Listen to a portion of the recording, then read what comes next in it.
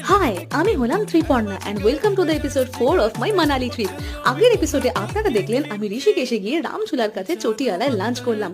তারপরে গঙ্গার পাড়ে কিছুক্ষণ সময় কাটিয়ে রামঝুলায় আমরা যেই পা রাখলাম শুরু হয়ে গেল প্রচন্ড জোরে হাওয়া। এত হাওয়া দিচ্ছিল যে লোহার তৈরি রামঝুলা পুরো দুলতে লাগলো। খুবই সুন্দর ছিল সেদিনের ওয়েদার।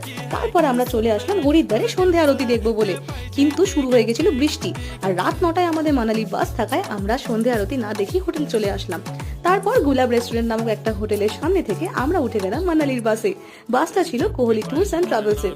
আমি বাসটা বুক করেছিলাম এমএমটি থেকে, আর পার টিকিটের প্রাইস ছিল 1400 মতন। একটা টিপস দেবো, বাসের টিকিট কিন্তু ডাইনামিক প্রাইসিং এর হয়, তাই সব থেকে সস্তায় টিকিট কাটতে হলে তোমরা ট্রিপের 2-3 দিন আগেই কাটবে।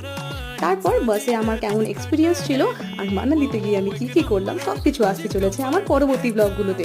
তার জন্য কিন্তু আমার ইউটিউব চ্যানেলটাকে সাবস্ক্রাইব করে নিও আর আমাকে ইনস্টাগ্রামে ফলো করতে